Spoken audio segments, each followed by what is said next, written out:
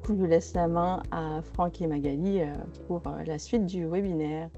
Merci Glantine. Bon, tout d'abord, merci à tout le monde d'être là et d'être présent. Sur ce webinaire, ce qu'on va faire, c'est que on va commencer par partager ensemble certains constats qui sont généralisés ou pas. On va voir si tous les a priori qu'on a sur nos difficultés de recrutement et d'intégration sont aussi partagés entre nous.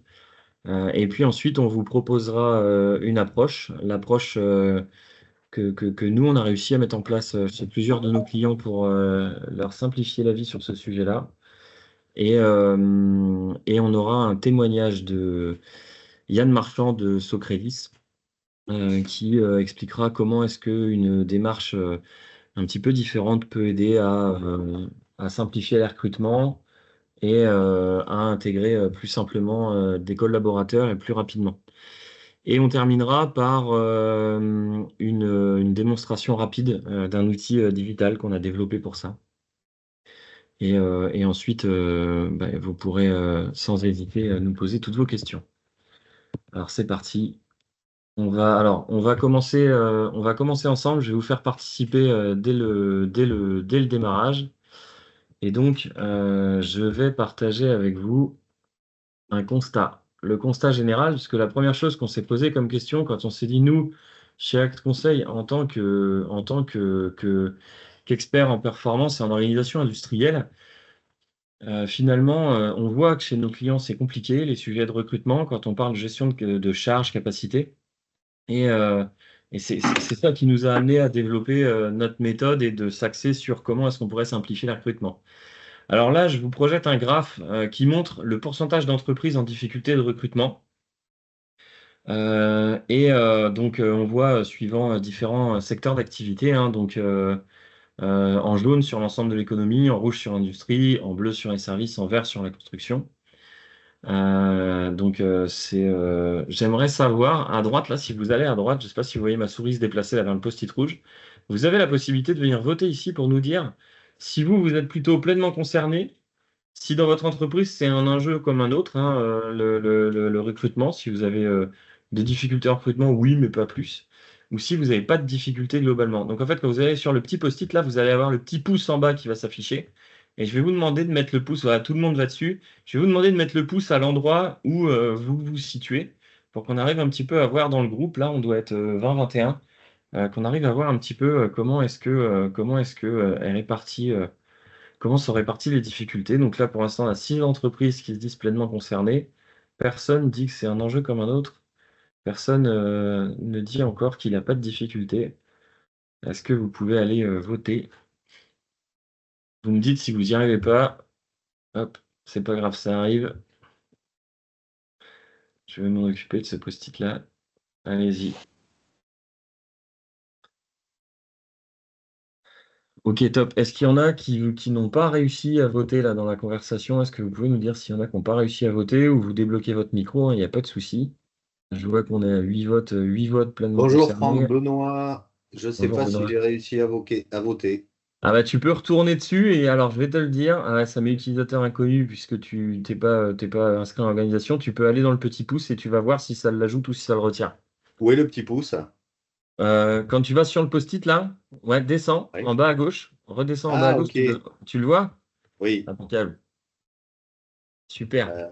Ok, mais j'ai Jean-Yves à voter, donc c'est bon. Bon, pas de problème. Merci. Bon, pour les personnes qui ont voté, là, ce qu'on voit, c'est que donc on a 90% des entreprises qui disent, dans votre groupe hein, déjà, qui se disent pleinement concernées par les difficultés de recrutement.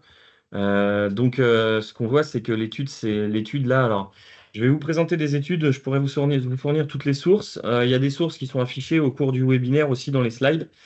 Euh, et ce qu'on voit, c'est que ça s'était arrêté à 2022, hein. Toutes les études que je vais vous projeter, forcément, elles ne se terminent pas en 2024, puisque ça va être des sources qui vont être France Compétences, qui vont être le Pôle emploi, qui vont être France Stratégie.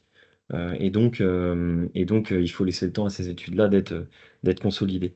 Mais ce qu'on voit effectivement, c'est que vous êtes représentatif, bon, vous êtes aussi venu pour ça, mais 90%, en fait, ce qu'on voit aujourd'hui, c'est que dans les secteurs d'activité de manière générale, on va se trouver autour de 65% des entreprises qui sont concernées.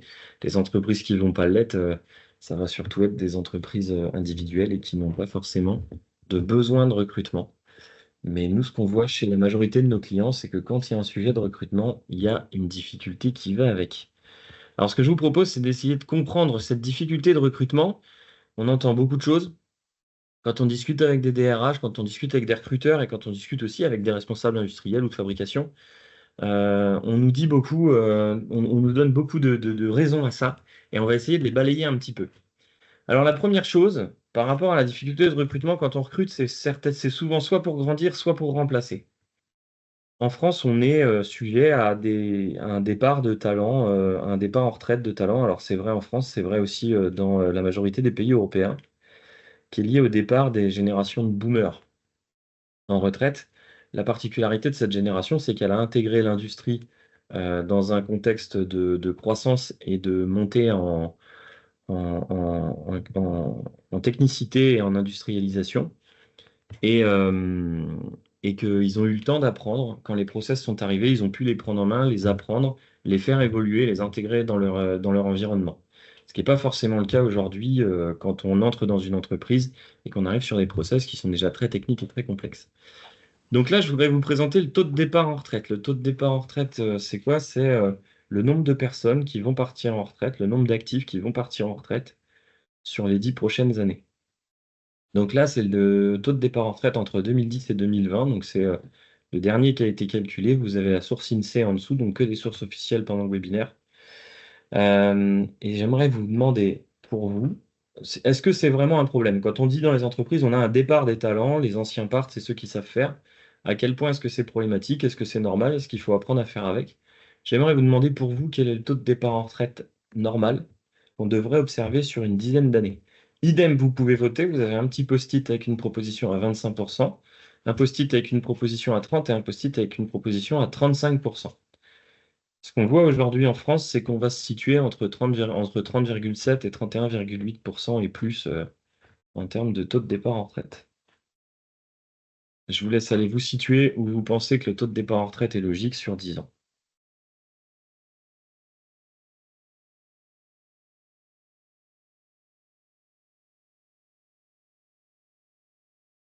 Je vais vous laisser encore une dizaine de secondes pour vous situer, pour faire votre prédiction. Donc, on a 7 personnes qui pensent que c'est 25%, 3 qui pensent que c'est 30%, une personne qui pense que c'est 35%. Alors, le temps de travail en France, il est le temps de travail en France, il est entre 40, 42, 44 ans en fonction des réformes qui tombent et qui vont tomber.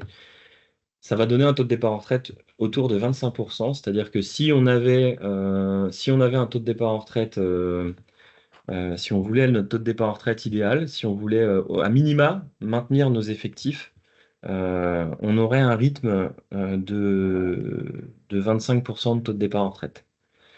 Le fait que les boomers partent en retraite et qu'on ait moins de personnes sur le marché de l'emploi qui arrivent que ceux qui partent, donc finalement, on a un taux de départ en retraite qui est supérieur à 25% et qui est particulièrement élevé puisqu'il est supérieur à 30%.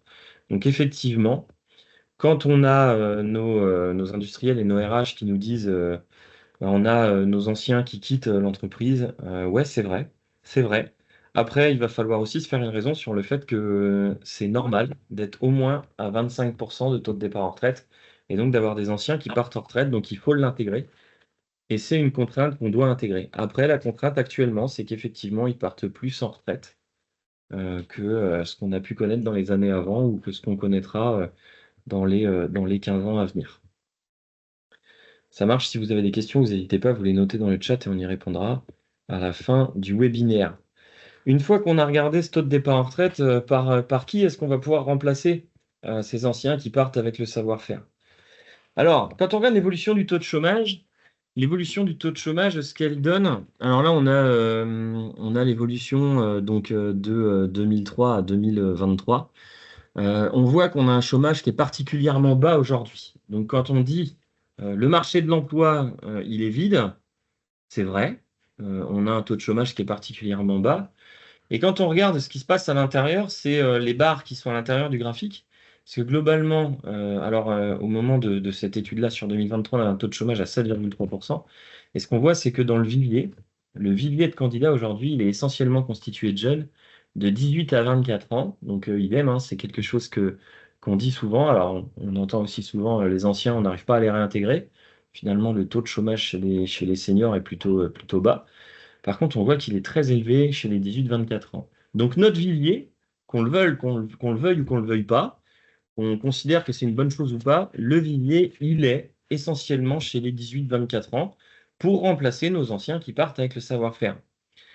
Et là, on a des difficultés sur les 18-24 ans, pareil, quand on a des discussions avec des RH ou des managers, et je vous en propose quatre. La première, c'est que les 18-24 ans n'ont pas la formation adaptée aux besoins de l'entreprise pour remplacer les personnes qui ont un haut niveau de compétences. Que les exigences des 18-24 ans ne sont pas alignées avec ce que proposent les entreprises. C'est-à-dire que souvent, on entend de toute façon, on ne sait pas répondre aux attentes des jeunes. Les 18-24 ans sont moins stables et donc sont souvent en recherche d'emploi. Donc, c'est le fait qu'ils n'arrivent pas à s'ancrer quelque part et qu'ils aient la bougeotte. Et enfin, il n'y a pas assez de personnes expérimentées sur le marché. Il y a assez, pardon, de personnes expérimentées sur le marché. Sans les 18-24 ans, en gros, de toute façon, on n'a pas besoin d'eux, donc c'est normal qu'ils soient au chômage. Idem, je voudrais vous demander de placer un petit pouce sur le post-it que vous pensez être le plus vrai. Vous pouvez avoir deux idées, vous pouvez avoir deux partis pris, mais je vais vous demander de choisir, et choisir, c'est renoncer. Est-ce qu'à votre avis, quelle est votre vision de la situation? Est-ce qu'on est plutôt dans ils n'ont pas la formation adaptée? De toute façon, nos entreprises ne répondent pas à leurs attentes. De toute façon, ils ont la bougeotte, ou c'est pas grave, on n'a pas besoin d'eux.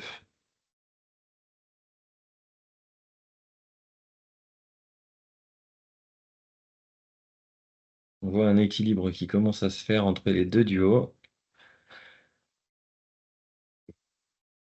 Alors, personne dit qu'il n'y a pas besoin d'eux, c'est déjà plutôt une bonne chose. Alors, ce qui ressort en majorité dans votre groupe, c'est qu'ils n'ont pas la formation à adapter aux besoins de l'entreprise. Donc, en fait, que vos métiers sont trop particuliers, trop complexes, trop techniques, que leurs études ne permettent pas de répondre à ces besoins-là. C'est la majorité d'entre vous. À quasi égalité, il y a que vous êtes convaincu que vos entreprises ne répondent pas à leurs attentes et à leurs exigences, ou alors que leurs exigences sont démesurées par rapport à ce qu'on peut proposer en entreprise. Et enfin, celui qui ressort en dernier, c'est que de toute façon, les jeunes sont instables. Alors, idem, on va s'intéresser à une étude qui a été faite sur l'adéquation entre ce que veulent les jeunes aujourd'hui et ce que proposent les entreprises. Et là, nous, ça, on en a été témoins. Attendez, excusez-moi, j'ai une personne qui n'arrive pas à participer. Magali, est-ce que tu peux appeler Yann, s'il te plaît, qui a des difficultés à se connecter pour son retour d'expérience? Donc, les attentes des parties prenantes. Idem, ces deux études-là, c'est des études avec une source Pôle emploi.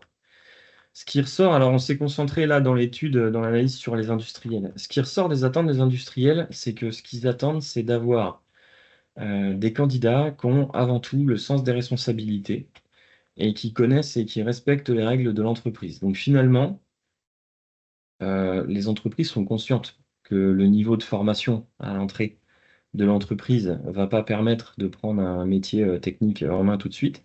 Par contre, ce qu'on entend de plus en plus, majoritairement, c'est s'ils ont la tête bien faite et s'ils ont envie, nous, on est prêt à les former. Donc, grosso modo, ce qu'on attend aujourd'hui quand on recrute un jeune, c'est culture comportement. Ça va être ensuite, quand même, une question de formation et de savoir-faire. Quand même, quelle est ta formation initiale, quel est ton savoir-faire actuel? Ça reste une préoccupation quand même importante des entreprises au moment du recrutement. Et quand vous faites des offres d'emploi, vous mettez un accent dessus. Et ensuite, d'avoir des personnes qui sont capables de travailler en équipe et d'être respectueuses. Donc finalement, sur les trois exigences, il y en a deux qui sont purement comportementales et culturelles. Et ensuite, je vais vous faire jouer un peu avec les attentes des jeunes, parce qu'on a une étude Pôle emploi qui a été faite aussi auprès des jeunes sur ce qu'ils attendent des entreprises. Et là, je vais vous demander pareil de voter, et après, je vais vous dévoiler ce que révèle l'étude Pôle emploi. Alors, en un, pour vous, qu'est-ce qu'ils attendent? Ah, Yann est là. Super. Merci Magali. En un, est-ce que les jeunes attendent plutôt la rémunération? D'accord? Donc là, si vous pensez que c'est la rémunération, vous mettez un petit like sur ce post-it là. D'accord? L'idée, c'est que vous votiez pour celui que vous pensez être en 1, en 2, en 3, en 4. Entre rémunération, collaboratif, le fait que... Alors, collaboratif, c'est quoi? Collaboratif, c'est je veux avoir une équipe, je veux avoir des collègues, je veux avoir un endroit où on peut se retrouver. Et je veux être intégré dans une équipe comme quelqu'un de pleinement important. Attendez, ça a bougé, je vais le remettre. Hop. Le sens, donner du sens à son métier et à l'entreprise dans laquelle ils sont. Ils ont besoin de sentir que le métier qu'ils font et que l'entreprise à laquelle ils appartiennent va avoir un impact positif et notamment RSE. Ou alors, la dernière proposition, c'est on veut que les jeunes attendent de l'entreprise qu'elle leur permette de faire du télétravail et qu'elle soit en un point de la technologie pour pouvoir utiliser des outils digitaux. Donc, je vais vous demander de venir vous positionner sur le petit post-it que vous voulez être vrai. Donc, par exemple, là, si vous voyez ma souris bouger, si je pense que c'est la rémunération en premier, je vais voter ici, puis ensuite le sens de l'écologie, etc. Et je vais venir voter en 2, puis je voterai pour le 3 et je voterai pour le 4. C'est OK? Alors, c'est parti. Je vais vous demander de positionner un petit pouce. Je vais zoomer dessus. Je vais vous demander de positionner un petit pouce sur celui que vous pensez être l'attente principale des jeunes envers les entreprises. Votez pour votre numéro 1, votre numéro 2, votre numéro 3 et votre numéro 4.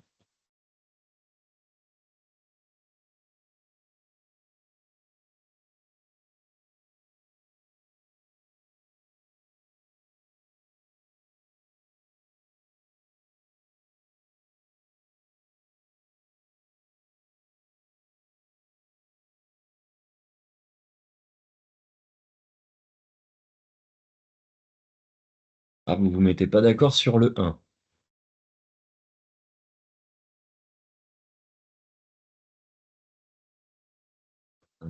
L'ensemble du cadre qui a bougé, je le remets. Est-ce que tout le monde a pu voter ou est-ce qu'il y en a encore qui n'ont pas voté?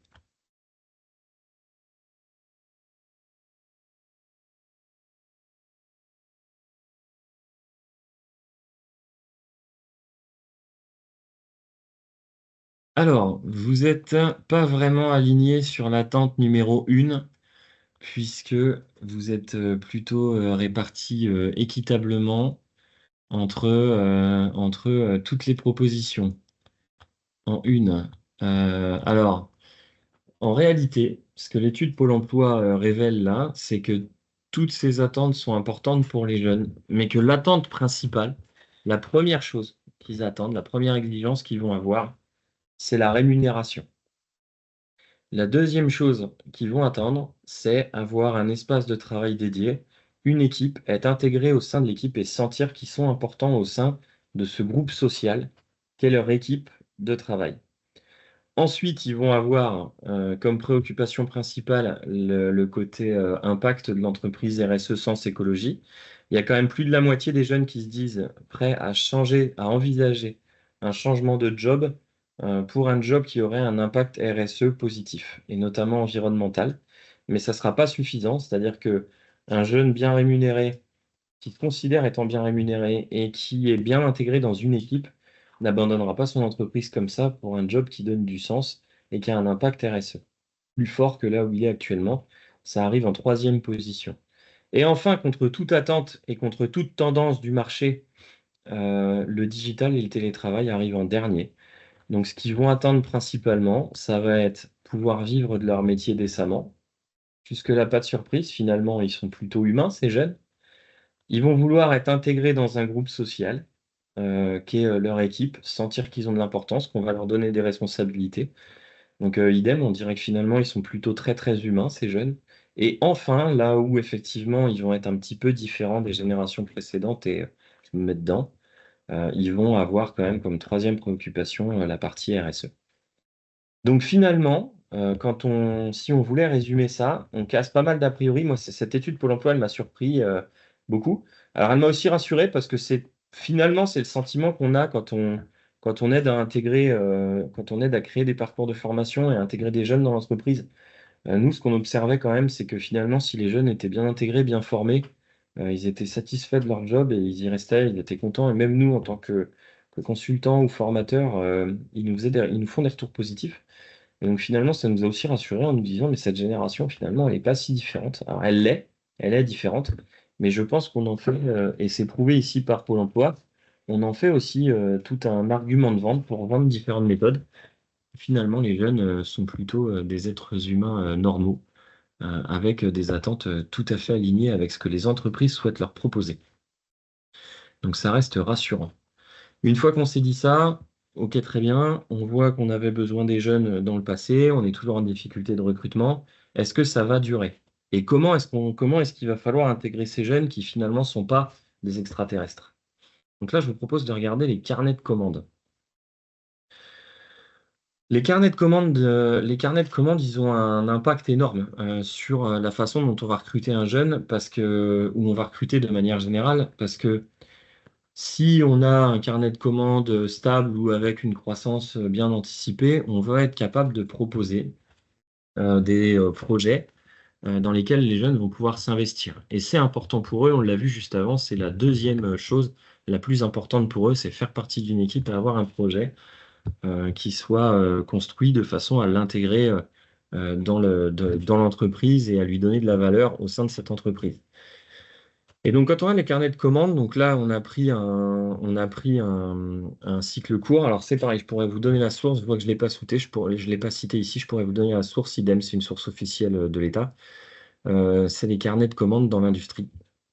Et donc, ce qu'on voit, c'est que il y a eu un boom des carnets de commandes au moment du Covid. Et que là, aujourd'hui, on est toujours sur un niveau de commande plus élevé que 2019. Par contre, qui est très variable et qui est en dents de scie. Et on n'a pas regardé la répartition par secteur d'activité, mais si on la regardait, on comprendrait encore plus les dents de scie. Alors, ce carnet de commandes, il va avoir différents impacts. On va avoir différents enjeux liés à ce carnet de commandes. J'aimerais savoir dans vos entreprises comment vous vous situez par rapport à ces enjeux. Le carnet de commandes, l'impact de la variation du carnet de commandes, ça peut être une difficulté à maintenir la motivation des équipes dans l'instabilité. C'est-à-dire que quand on a des commandes, on n'en a plus, on a des commandes, on n'en a plus, on intègre, on arrête des intérims, on reprend des intérims, on arrête des intérims. Est-ce que vous pensez que ça a plutôt... L'impact majoritaire que ça a, c'est plutôt sur le maintien de la motivation de vos équipes? Est-ce que ça a un impact sur la motivation des équipes? Est-ce que l'impact est plutôt sur la gestion des coûts de personnel? Est-ce que l'impact, il est plutôt dans la difficulté d'adapter les effectifs en quantité de manière réactive? C'est-à-dire qu'au-delà des coûts, c'est que de toute façon, moi, dans mon activité, je ne peux pas intégrer des gens comme ça du jour au lendemain pendant 3 semaines alors que je vais mettre 2 mois à les former. Et enfin, est-ce que c'est, de manière générale, de toute façon, la plus grosse difficulté pour vous, c'est de gérer les compétences en interne et les formations en interne? C'est-à-dire que de toute manière, quand bien même vous auriez toutes les solutions avant, les personnes, même si vous voulez les intégrer, vous avez des grosses difficultés à les former en interne. J'aimerais savoir comment vous vous situez sur l'impact majoritaire que peut avoir un carnet de commandes qui fait le yo-yo dans votre entreprise. Donc là, ce qui se dégage le plus, ça va être la capacité de gérer les formations en interne et d'adapter les effectifs de manière réactive. C'est deux thèmes qui sont complètement liés, mais on voit que vous ne parlez pas forcément. En premier, en tout cas, vous n'avez pas remonté l'impact sur votre rentabilité. Donc, ce qui est incroyable, c'est que adapter les effectifs en quantité de manière réactive et gérer les formations en interne, ce sont des processus sur lesquels on a des leviers pour agir, à condition d'y mettre les moyens. Et que ce problème de moyens, vous ne l'avez pas fait ressortir comme étant le problème principal. Ça ne veut pas dire que ce n'est pas un problème, mais en tout cas, ce n'est pas le principal que vous vivez. Donc, ça veut dire que si vous avez la bonne recette, vous êtes prêt à mettre les moyens pour être capable de réagir, d'être réactif et de muscler vos équipes en interne pour pouvoir faire de la formation. C'est une bonne nouvelle, vous êtes au bon endroit pour ce webinaire et la suite du webinaire devrait du coup vous intéresser. Alors, je vais vous projeter une dernière chose sur laquelle je ne vais pas forcément vous demander de participer pour celle-ci. Hop, je vais vous projeter cette slide. Vous devez voir mon autre écran sur lequel on voit l'augmentation de la valeur ajoutée. Et après, on va synthétiser tout ça et on va vous montrer comment nous, chez Act Conseil, on réagit par rapport à toutes les difficultés qu'on vient d'évoquer. L'augmentation de la valeur ajoutée, elle est significative dans toutes les entreprises. C'est-à-dire que tout à l'heure, on disait que les anciens sont arrivés, ont pu intégrer des process complexes, les prendre en main, ont eu plusieurs années pour les maîtriser, voire c'est eux qui en sont devenus les experts en les intégrant à la production et à vos challenges marché, à vos produits. Là, aujourd'hui, quand un jeune rentre, il doit apprendre ça rapidement, de façon flexible. Et on n'a pas le choix, ça va être des jeunes. Et en plus de ça, pour pas nous aider, on a notre productivité horaire à dollar constant, c'est important, qui ne fait que monter depuis les années 1970, depuis qu'on a une industrie qui se modernise. Et ça, qu'est-ce que ça veut dire? Ça veut dire que en dollars constants, ça veut dire qu'au-delà de l'effet inflationniste et de la valeur de l'argent et de la valeur des produits, de toute façon, on demande aux travailleurs depuis 1970 d'être de plus en plus productifs. Et la France est un des champions de la productivité horaire. Quelque chose qui est très notable pour pour les amoureux de l'amélioration continue et du lean management, c'est que le Japon n'est pas bien placé sur cette courbe. Et finalement, la productivité horaire d'un Japonais, même si c'est une référence en lean, en amélioration continue, en excellence opérationnelle, ce qui est assez notable, c'est que finalement, le PIB par heure, par nombre d'heures travaillées, est moins élevé au Japon que ce qu'il n'est en France. Et on voit que finalement, les Français, les Américains et les Allemands, on demande à nos travailleurs et du coup, on nous demande à nous d'avoir une productivité horaire à dollars constant qui est très élevée. Ce qui veut dire que on a, pour être capable d'être concurrentiel sur les marchés, besoin de maîtriser ça. Allez, je vous demande une dernière participation et après, on va pouvoir vous présenter ce qu'on fait pour répondre à tout ça. Alors, du coup, hop. Si on doit résumer nos défis pour répondre à nos différentes problématiques, hein, donc difficulté de recrutement, départ accéléré des savoir-faire, donc accéléré puisque supérieur à 25%, de la technicité et la haute valeur ajoutée des métiers qui sont présents sur nos territoires en France, des carnets de commandes qui sont élevés et qui sont très variables surtout, et finalement les attentes des jeunes et des employeurs qui ne sont pas si différents les uns des autres. Nous, ce qu'on a dit là, c'est que les défis auxquels on voulait répondre et sur lesquels on savait répondre chez Act Conseil, c'est soigner nos ressources humaines actuelles et futures avec un bon projet, avec un bon accueil et un projet dans l'avenir. Donc, quand on intègre quelqu'un, l'entrer dans un projet et être capable de le garder ensuite. Transmettre, maintenir notre savoir-faire, puis l'améliorer de façon très rapide. Donc, ça veut dire que quand un jeune arrive chez nous, on doit être capable, même si c'est un métier compliqué, de le former très rapidement, parce que s'il n'est pas formé très rapidement, on ne va pas le soigner. Personne ne se lève le matin en se disant, ça fait 2 mois et demi que je galère dans la boîte où je suis sur le poste on m'a mis et je vais encore galérer ce matin. Donc, le jeune ne restera pas dans ces conditions-là, et même le moins jeune. D'accord? Et enfin, on sait adapter les organisations et les chaînes managériales à ces nouveaux défis qui n'étaient pas pilotés de la même façon, de la même façon il y a 10 ans. Et on ne demandait pas à nos managers d'être aussi vigilants il y a 10 ans. Je vais vous demander de voter pour les post-it que vous pensez être importants. Vous pouvez voter pour plusieurs post-it cette fois et pas un seul. Allez-y. Et ensuite, c'est parti.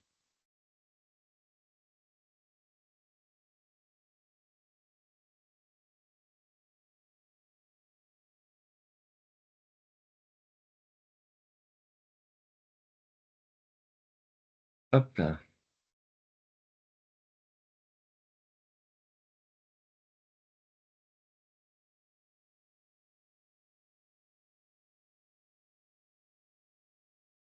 Alors, c'est parti. Donc, on a finalement pour tout le monde, pour presque tout le monde, les deux premiers qui ressortent, hein, donc soigner nos ressources humaines actuelles et futures avec un bon projet d'accueil, et ensuite la partie formation, transmission et amélioration du savoir-faire. Alors, ce qui est assez marrant, c'est que vous êtes moins à avoir mis adapter nos organisations et notre chaîne managériale. Euh, Attention, je vous invite à vous poser une question. Si vous avez pas, si vous changez rien sur vos chaînes managériales pour répondre aux deux premiers post-it, vous allez être dans l'intention et vous ne serez pas dans l'action. Si vous voulez passer de l'intention à l'action, vous avez besoin de venir changer l'organisation et votre organisation et de venir changer la façon de travailler dans votre chaîne managériale pour pouvoir répondre aux deux premiers défis. Donc ces trois défis-là ne peuvent pas être traités. En tout cas, c'est notre conviction, ne peuvent pas être traités indépendamment les uns des autres. puisque pour passer de l'intention à l'action, on a besoin de nos managers terrain. Alors, je vais maintenant vous présenter hop là, notre démarche. Tac. Alors, pour faire face à ces différents défis, la démarche qu'on déploie chez Acte Conseil se fait en 3 phases. Alors, vous allez reconnaître une forte culture amélioration continue, excellence opérationnelle industrielle, puisque c'est notre métier.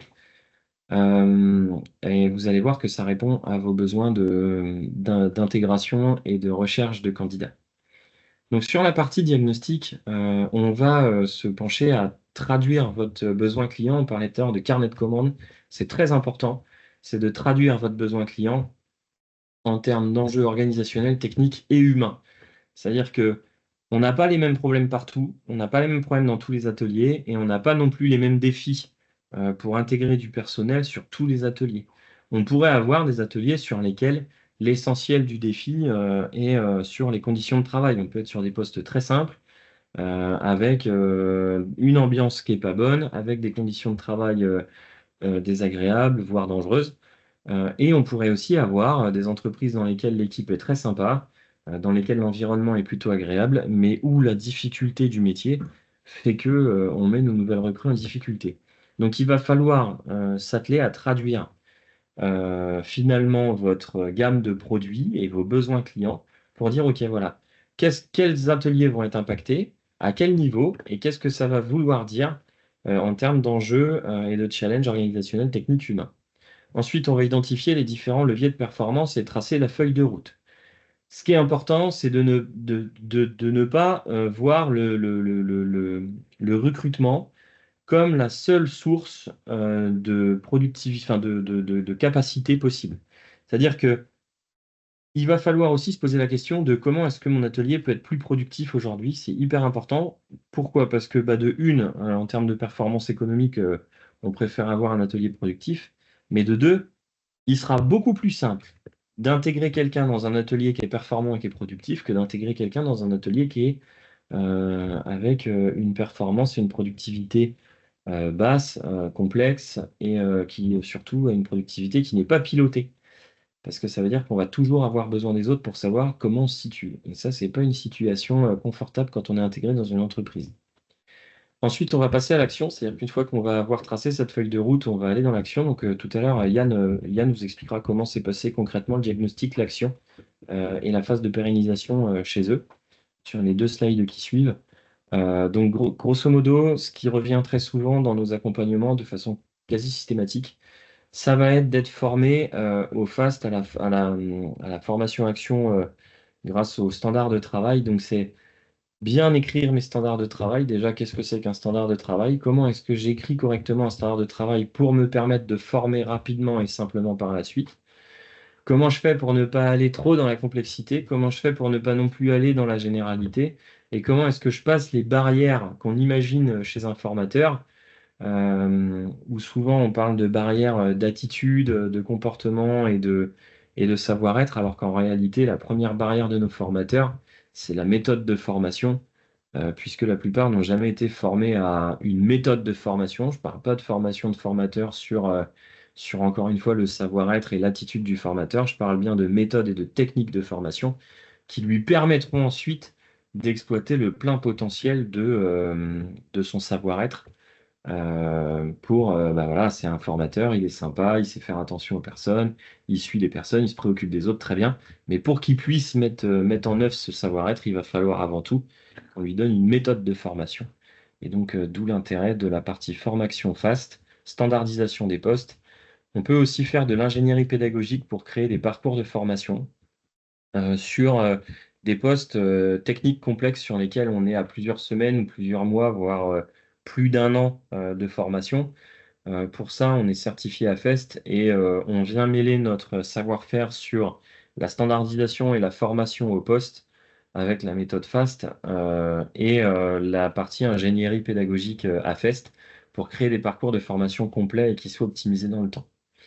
Et enfin, dernière étape, et c'est là que je vous disais tout à l'heure que vous devez changer la façon de piloter votre chaîne managériale et vous devez changer leurs standards de pilotage, puisqu'on va devoir les impliquer dans la pérennisation de toute cette démarche. La formation, il faut qu'elle soit pilotée par les opérationnels et pour les opérationnels. C'est une conviction qu'on a et qu'on a prouvé avec des résultats. On vous conseille fortement de le faire comme ça. Donc en se penchant sur la GPEC, la gestion prévisionnelle des emplois et des compétences, le plus près possible de la production, le plus loin possible des ressources humaines, non pas pour dire on n'a pas besoin des RH, mais pour dire quand on crée notre outil GPEC, quand on a besoin de prendre du recul sur notre GPEC, quand on a besoin de regarder si notre stratégie GPEC est bonne, c'est à ce moment-là qu'on peut impliquer notre ressource humaine et c'est là qu'elle aura toute sa valeur ajoutée.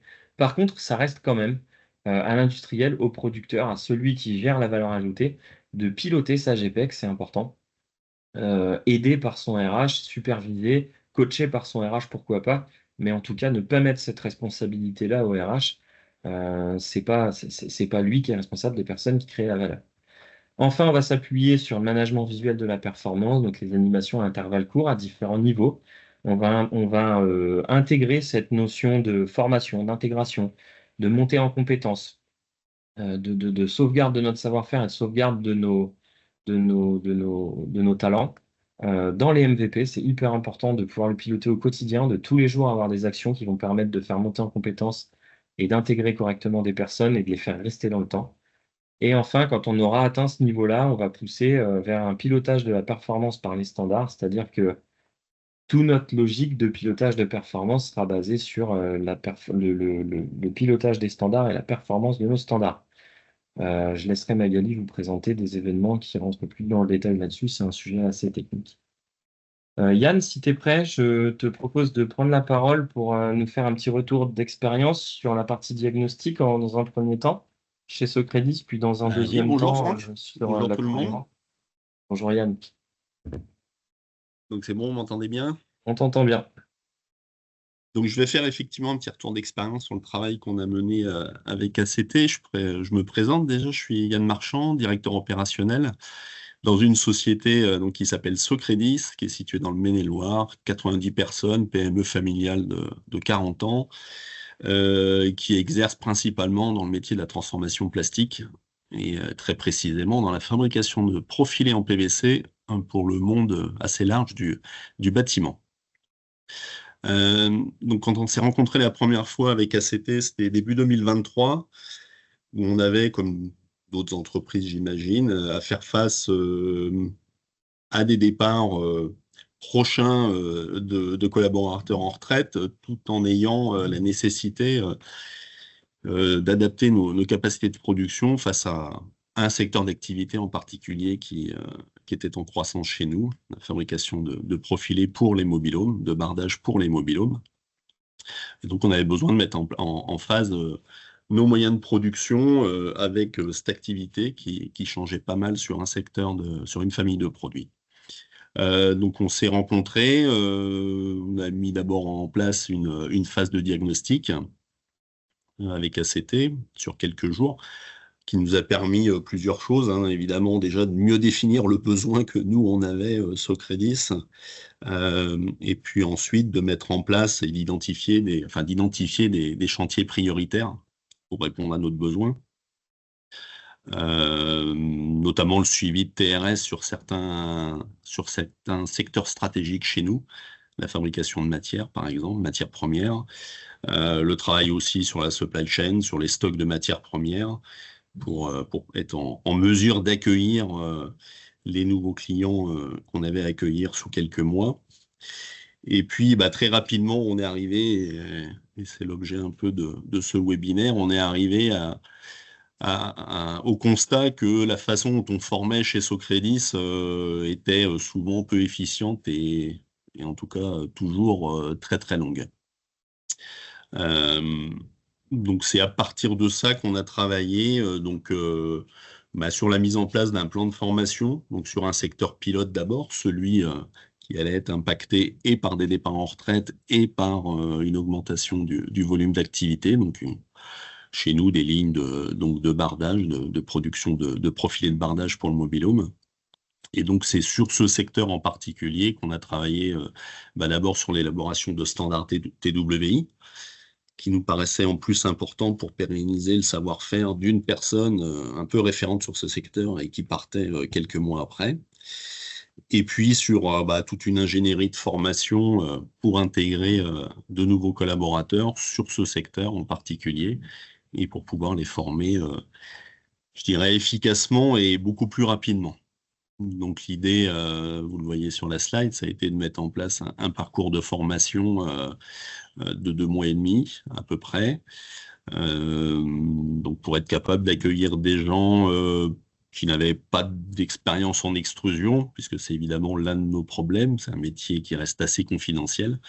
Donc, pas d'expérience en extrusion, éventuellement une expérience en conduite de ligne, en pilote de ligne de production. Donc c'est ce qu'on a mis en place. On a formé effectivement 2 personnes, je dirais, avec succès, qui sont encore chez nous aujourd'hui. C'est ce qui est important. Et Franck tout à l'heure parlait de l'intérêt qu'on peut susciter chez les candidats à travers, je pense, une démarche de formation qui est bien organisée.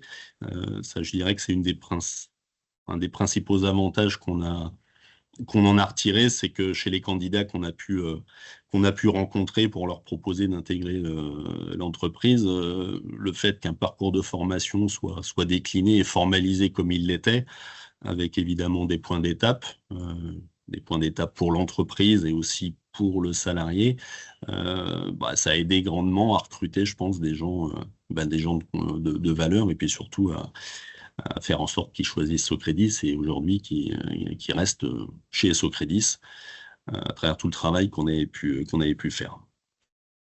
Top. Donc voilà. Donc Vas-y, la vas-y, méthode a Jonas. ensuite été dupliquée juste pour finir sur l'autre atelier, l'atelier de fabrication de matières premières, plus au niveau où là on n'avait pas de besoin de recrutement à court terme, mais donc à travers des standards qui nous ont permis quand même aussi là surtout d'améliorer le TRS de l'atelier, en faisant en sorte que même chez des gens qui étaient chez nous, qui étaient présents chez nous depuis très longtemps, tout le monde travaille à peu près de la même façon, avec les meilleures pratiques partagées par tout le monde, ce qui était évidemment important.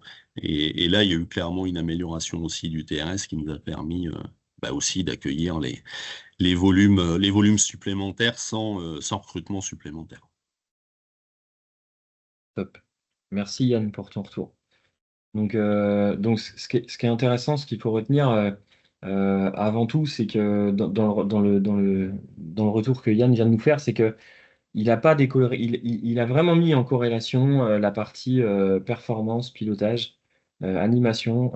Donc en fait, c'est tout l'environnement qui va faire que notre nouveau travailleur va avoir un cadre bien défini, un cadre, si ce n'est confortable, au moins bien piloté, bien animé, sous contrôle, dans lequel il va pouvoir être en confiance pour avancer. Et ça, c'est pas du soft skill, ça c'est à nouveau le fait de bien challenger vos processus de pilotage de votre performance. Et ça, c'est primordial. Ensuite, effectivement, être bien formé à standardiser, bien formé à écrire des standards, créer des standards et à former avec ces standards. Et ensuite, effectivement, la partie ingénierie pédagogique qui permet d'accélérer. Ce qui est intéressant, c'est que c'est un métier à haute technicité. Quand on est en rendez-vous commercial, souvent on nous dit ouais, mais chez nous, c'est pas pareil, c'est complexe. Je pense que les lignes d'extrusion PVC, ça fait partie des process, des 3 ou 4 process les plus complexes que moi j'ai pu voir en 15 ans pour former quelqu'un, puisqu'ils mettaient plus de 9 mois minimum à former quelqu'un chez Socredis à l'extrusion pour être autonome. Donc on est sur des process qui sont très complexes. On était à 20 et quelques standards de travail. Aujourd'hui, de mémoire, Yann, vous êtes à 18 standards sur une ligne d'extrusion PVC. Donc on est vraiment en train de parler d'un gros savoir-faire, de quelque chose qui est complexe, avec une matière qui bouge, qui vit, qui varie. Même si c'est du PVC, même si c'est pas du lait, de la viande ou des œufs, ça varie quand même, ça vit. Donc c'est important. Et finalement, on peut faire ça sur des process complexes. Et c'est même conseillé. Parce que qui a envie de galérer pendant 9 mois en binomage avec son formateur? Personne. Je vous ai mis quelques exemples pour comprendre un petit peu ce que c'est qu'un parcours de formation. Alors, quelques exemples de ce qui a pu être animé avec des zooms de paper qu'on a pu voir avant chez Socredis. Donc, quand on crée un parcours de formation, de quoi on parle? Donc là, c'est quelques étapes. On en a une dizaine d'étapes quand on crée un parcours de formation. Donc, par exemple, découper et cartographier le périmètre du parcours, ne pas rester dans une généralité, vraiment savoir quel est le périmètre, ce sur quoi on va former, quels vont être les jalons et les livrables, les jalons du parcours et les livrables à atteindre à chacun des jalons. Quel va être le rôle aussi, alors on le voit tout à droite, là-bas en bas à droite, rôle et responsabilité de chacun dans le parcours de formation. Donc, quel sera le rôle du RH, du responsable de production, du formateur, de l'apprenant, du référent AFES le cas échéant? Qui aura quel rôle, et notamment dans ces jalons et ces livrables d'animation de jalons, d'animation de livrables, de féliciter l'apprenant aussi, de mesurer avec lui l'évolution de son parcours. Au-delà de ça, il va aussi falloir définir des objectifs, hein, les objectifs de la formation. Il faut expliquer à la personne qu'on va former qu'elle est là pour atteindre des objectifs, qu'on va l'accompagner dans le temps, qu'on va la suivre et qu'on va l'aider à les atteindre, mais qu'il y a bien des objectifs à atteindre et on va devoir lui expliquer clairement. Et donc créer des indicateurs, créer des indicateurs de performance qui vont être liés à la fois à la formation, mais à la fois à la fabrication directement, pour que la personne voit qu'elle progresse, mais aussi qu'elle sache se situer par rapport aux exigences normales du poste qu'elle doit atteindre à la fin. Et ça va permettre de la valoriser et de la rassurer aussi quand elle n'est pas au rendez-vous, de voir que c'est normal, elle est à la moitié de son parcours de formation, c'est maîtrisé, c'est acté, tout le monde est OK avec ça. Le principal, c'est d'avancer. Si ça ne se passe pas bien, on forme aussi à des techniques de recadrage qui sont assertives ou pas en fonction du moment, au moment où on doit faire le recadrage et du moment où on doit faire le point, en cas de manque d'implication, par exemple, que ce soit du formateur, du manager ou de l'apprenant, pour pouvoir décider d'arrêter aussi rapidement si ça ne le fait pas. Il faut savoir qu'un recrutement en France, alors j'ai plus le chiffre exact, mais vous pouvez le trouver, je crois que c'est l'INSEE qui le donne. De mémoire, ça va être 28 000 euros, estimé à 28 000 euros un coût de recrutement, entre le coût direct du recrutement, le coût de la gestion de la personne qu'on va recruter, la non-performance qu'elle va générer. Aujourd'hui, il y a une étude qui a consolidé ça, il me semble, autour des 28 000 euros. Si vous êtes intéressé par cette info-là, vous m'envoyez un message. Je l'ai dans une de mes présentations, je vous retrouverai l'information et la source de l'information. Si on veut schématiser la méthodologie qu'on propose, alors par rapport au thème aussi, mieux faciliter les recrutements et mieux intégrer, ce qui est important de dire, c'est que chez Socredis, les 2 personnes qui ont été formées à ce métier qui est très technique de la conduite des lignes d'extrusion n'avaient pas de bagage technique et scientifique, hein, puisqu'on était sur une personne qui était cariste et sur une personne qui est un ancien militaire. Donc, on n'a pas de. Nous, ce qu'on dit, c'est que la personne, elle a un potentiel et on va aller chercher son savoir devenir et on va le piloter, on va l'animer. On n'est pas devin. Au départ, on va pas dire lui, il saura faire, c'est sûr. On ne peut pas faire ça. Par contre, ce qu'on peut faire, c'est on va créer un parcours qui va y aller crescendo dans la difficulté et ça va permettre de voir s'il est capable de suivre le parcours tout au long et donc de s'alerter au bon moment et de réagir au bon moment. Et on va donner toutes les chances à la personne pour y arriver à travers une méthode de formation basée sur des standards très efficaces et qui facilite le travail du formateur. Donc, si on voulait résumer ça, en fait, on va faire en sorte de passer de la courbe du haut usuelle à la courbe du bas, une formation accélérée. On voit 2 temps sur cette courbe usuelle. On voit un temps d'apprentissage en violet et on voit un temps pendant lequel il ne se passe rien. Et ça, on l'observe, que ça soit sur des formations courtes, une demi-journée, ou que ce soit sur des formations de plusieurs semaines, voire plusieurs mois. Ce qui se passe, c'est que on apprend à faire quelque chose. On va apprendre par mimétisme et par erreur. Et du coup, on va mettre du temps à apprendre à faire une tâche. Puis ensuite, une fois qu'on aura fini d'apprendre cette tâche-là, on va vouloir nous en apprendre une autre. Sauf que entre le moment où on aura appris à faire la tâche et le moment où on va nous en apprendre une autre, il peut se passer un temps mort puisque nos formateurs font autre chose, nos managers font autre chose, il y a d'autres enjeux. Et donc, on va progresser finalement plutôt lentement et nos collègues vont pallier à nos difficultés au départ en considérant, bah oui, mais c'est normal, chez nous, on met 8 mois à former là-dessus. Donc, ce qu'on va faire, c'est vouloir passer de cette courbe du haut à la courbe du bas en disant, on va utiliser la méthode FAST basée sur le TWI dont parlait Yann. On s'en est écarté légèrement. On reste quand même très proche de la méthode TWI de départ.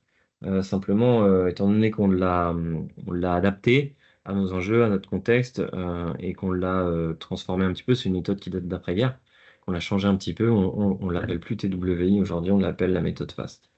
Donc, l'objectif, c'est de se dire que quand je suis en formation sur un sujet particulier et que je suis en tête-à-tête avec mon formateur, on va donner les clés au formateur de jouer sur la mémoire de l'apprenant et d'aller très vite à lui apprendre à faire ses tâches et surtout de bien valider qu'il a appris à les faire. Donc, on va vouloir accélérer ce moment de binomage et cette formation pour passer du violet au vert avec la méthode FAST. Et ensuite, avec l'ingénierie pédagogique, la création d'un parcours de formation qui va être mesuré, piloté dans le temps, dans lequel on peut intégrer la méthodologie AFEST. Là, ce qu'on va vouloir, c'est tuer les temps morts, c'est-à-dire qu'on va rythmer la formation, mesurer et rythmer la formation pour tuer les temps morts. Et l'effet qu'on observe, tu disais Yann, à peu près 2 mois et demi, parce que de mémoire, vous êtes à 8 semaines maintenant, quand vous formez un conducteur de ligne d'extrusion. Ouais, à peu près. Oui. À peu près, ouais, autour de 8 semaines, là où avant, ils étaient à 9 mois. Donc, on voit que sur des tâches qui sont très complexes, et c'est aussi vrai sur des tâches plus simples, on peut diviser par 2, 3, 4, 5, voire 10 les temps de formation. Donc, plus la tâche est simple, plus on va accélérer la formation. Par contre, plus la tâche est complexe, plus on sera gagnant à accélérer la formation. Donc nous, ce qu'on pousse chez nos clients, quand ils veulent intégrer, recruter plus simplement et intégrer de façon pérenne, c'est à minima de challenger leur façon de standardiser et de former leurs opérationnels pour être capable de former sur des points très rapidement. Et quand on aura un projet, un savoir-faire, un poste qui demandera des compétences particulièrement complexes, alors on va lui proposer de mettre en place un parcours de formation avec de l'ingénierie pédagogique pour tuer les temps morts. On ne va pas proposer toujours la même recette, puisque si vous êtes essentiellement constitué de violet, on vous poussera uniquement le fast. Et si vous êtes par contre, comme c'était le cas chez Socredis, très impacté par le orange aussi, on vous poussera aussi à mettre en place un parcours de formation. Très rapidement, très rapidement, quand on parle de GPEC et de performance, donc c'est aussi un sujet qu'on a pu mettre en place, notamment chez Socredis. C'est comment est-ce que je vais réussir à piloter mon portefeuille en lien avec mes compétences. On va devoir créer cet outil de GPEC, créer ce rituel GPEC, ses rôles et responsabilités dans la GPEC et tous les indicateurs qui vont pouvoir être pilotés à différents niveaux. Donc, par exemple, on va piloter la polyvalence des équipes pour être capable de répondre à des variations de charges, comme c'est le cas sur la matière première dont parlait tout à l'heure Yann, en gérant sa polyvalence directement sur le terrain par le producteur. Je vais vous montrer tout à l'heure un outil qui permet de le faire basé sur les standards pour que la matrice de polyvalence soit maintenant l'outil de la production. Et ensuite, on va aller regarder la performance des équipes pour identifier des écarts, des variabilités et déclencher des actions de formation. Ça, c'est ce qu'on va pouvoir retrouver sur le terrain. C'est un aperçu de ce qui existe en termes de pilotage de la performance par les standards et de pilotage de la GPEC. Tous ces rituels-là vont avoir leurs indicateurs propres aux différents niveaux d'animation. Et donc, on pourra aussi se dire, tiens, on a un marché qui va là exploser parce qu'il est saisonnier. Il va falloir qu'on forme. Attention, on met aujourd'hui 2 mois et demi à former quelqu'un. Il va falloir qu'on s'y prenne 2 mois et demi à l'avance. Vous pouvez à ce moment-là dire, non, attends, ce qu'on va faire, c'est qu'on va faire un parcours de formation accélérée. On va passer 2 mois et demi à 3 semaines. Et donc, on rentre ces nouvelles données dans la GPEC et on peut mesurer immédiatement les bénéfices de diminution des temps de formation sur des tâches complexes. Et on peut être plus réactif et avoir besoin d'être moins avec une boule de cristal pour savoir comment est-ce qu'on va réagir sur les mois qui viennent. Donc tout ça, ça fait partie des choses qu'on met en place chez nos clients pour les aider à ça. Très important à voir avec vous avant qu'on se quitte, c'est que l'État français, on peut lui reprocher beaucoup de choses si on le souhaite. Il n'empêche qu'on a des outils que l'État a mis à disposition pour nous aider à répondre à tous ces enjeux, et notamment sur l'AFEST. L'ingénierie pédagogique dont on parlait tout à l'heure, les OPCO, de manière générale, proposent des financements ou de cofinancer de l'ingénierie pédagogique ou même vos formations AFEST. Donc, ils sont là aussi pour vous aider à réduire vos temps de formation, à prendre soin de vos candidats pour ne pas les perdre et surtout que vous puissiez vous concentrer sur le savoir-être de vos candidats, ce qui va élargir franchement l'éventail de candidats potentiels plutôt que de vous focaliser sur le savoir-faire en se disant quitte à le prendre lui alors qu'il est un petit peu plus con que le premier, c'est pas grave parce qu'après tout, lui, il sait déjà faire. Non, on oublie ça. L'État nous met à disposition des outils qui nous permettent d'optimiser nos formations en interne parce qu'ils sont bien conscients de tout ce qu'on s'est dit avant, c'est-à-dire que l'école ne forme pas des personnes à nos métiers particuliers. L'école fait en sorte qu'on ait des personnes qui ont une tête bien faite et capables d'apprendre. Donc, je vous invite à vous rapprocher de vos conseillers OPCO L'AFES, c'est quelque chose qui a pris beaucoup d'importance sous l'impulsion des gouvernements Macron, et notamment sur les 3 dernières années.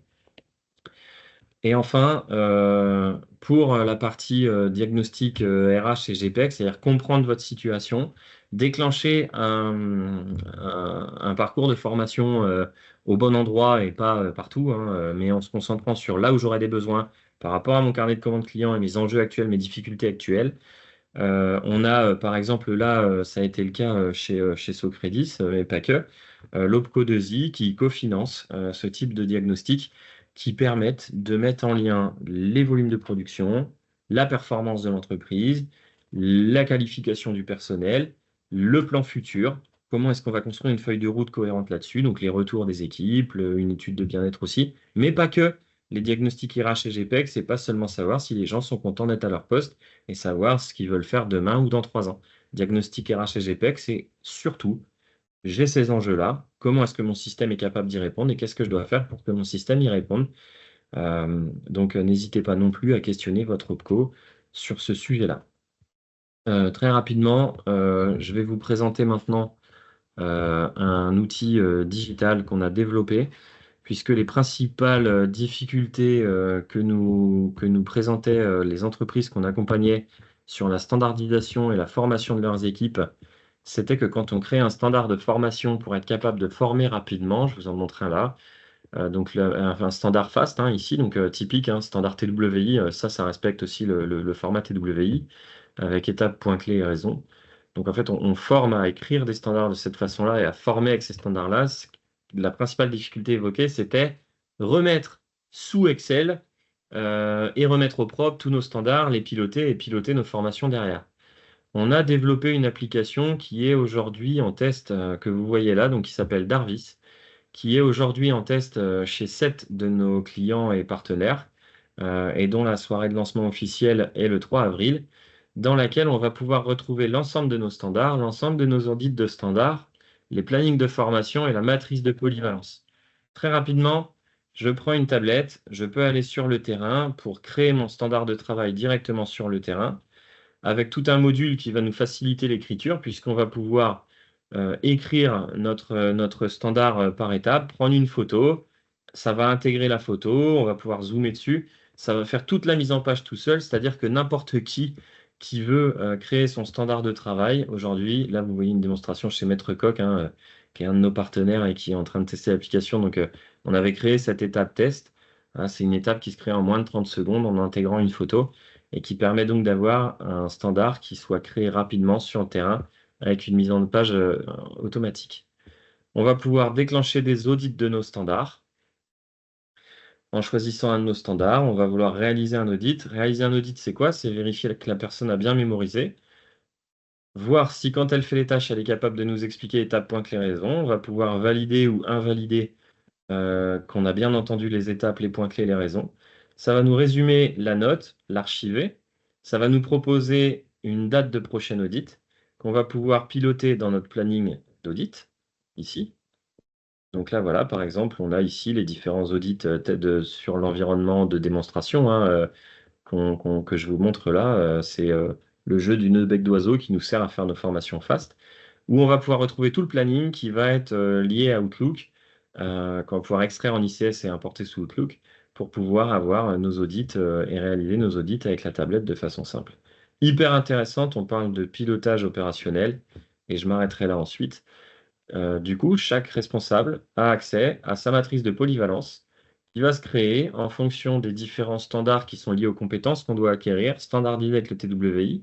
Tu as validé 8 points clés sur 9, tu as une note de 92-93%, et donc tu vas être en jaune. Quand tu auras validé tous les points, tu seras en vert. Quand tu seras à moins de 75%, tu seras en orange. La matrice va se créer et s'alimenter toute seule pour permettre aux formateurs et aux responsables de la zone de pouvoir gérer ses compétences de façon simple, rapide et visuelle. Donc ça, c'est l'outil digital qu'on a créé. Je vous le présente très rapidement. C'est une simple ouverture en fin de webinaire. Si vous êtes intéressé par les retours d'expérience de mise en place, je vous invite à vous rapprocher de Magali Traoré, qui est présente là dans le webinaire. Vous pouvez aussi vous rapprocher de moi si vous le souhaitez, mais c'est Magali qui gère l'inscription aux événements. Donc, on a la soirée de lancement officielle le 3 avril au soir à Bougnay, avec une conférence d'un sensei Lean sur l'excellence opérationnelle, l'amélioration continue et l'importance des standards de travail et de la formation. Ensuite, on aura une conférence sur l'IA, puisque dans l'application que je vous ai montrée, on intègre l'intelligence artificielle pour vous aider à créer des standards, traduire des modes-op en standard fast et faire de la résolution de problèmes aussi. Donc, il y aura une petite conférence sur l'IA et enfin une table ronde de nos testeurs actuels avec un retour d'expérience sur l'application et sur la démarche globale de formation des opérationnels. Je vous laisse le mot de la fin. Églantine et Magali, je vous remercie tous pour votre participation sur les slides où vous avez participé. J'espère que le webinaire vous a plu. Merci Top. beaucoup. Ouais, merci Ouais, beaucoup merci, Franck. à Franck. Ouais. Je vais juste mettre vas-y. le lien donc, des événements et l'afterwork. Donc, tu l'as bien expliqué, Franck. Je vais vous le mettre là dans le Messenger. Et puis, vous pourrez donc cliquer dessus pour vous inscrire. Et si vous avez besoin de plus de renseignements, vous n'hésitez pas à revenir vers moi. Je te laisse Merci. là.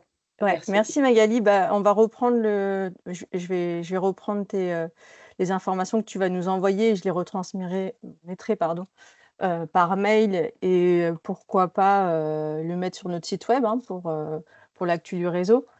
Je vous mets aussi un lien vers le questionnaire de satisfaction, pour faire un retour sur ce que vous venez de voir en webinaire avec Franck. Et puis, si vous avez des questions, vous pouvez les poser maintenant. Moi je suis là, Ouais. donc s'il y en a qui veulent Aussi. poser des questions, vous n'hésitez pas, je réponds à vos questions, il n'y a pas de problème.